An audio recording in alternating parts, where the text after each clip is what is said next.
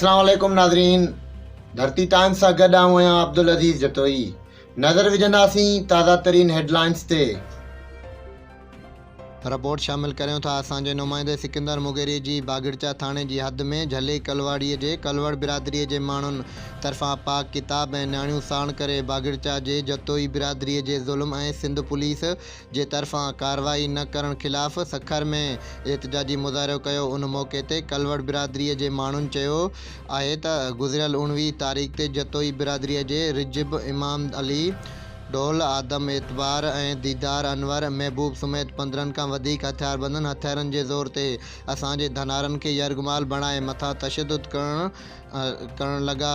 लॻभॻि 400 मेहूं तशदुद करे ज़बरदस्ती फुर करे बागड़चा जे कच्चे वारे इलाइक़े में काहे फ़रार थी विया आहिनि, जंहिंखां पोइ पुलिस को बि तदारुक न पई करे। असां गुज़िरियल 19 तारीख़ खां मुसलसिल सरापा एहतजाज बनल आहियूं, पर CM सिंध ऐं IG Sindh police, DIG Sukkur, SSP समेत कंहिं बि नोटिस न वरितो आहे ऐं कार्रवाई करण जी यकीन दहानी न ॾियारी आहे। हुननि वधीक supreme court of Pakistan, chief of army staff, high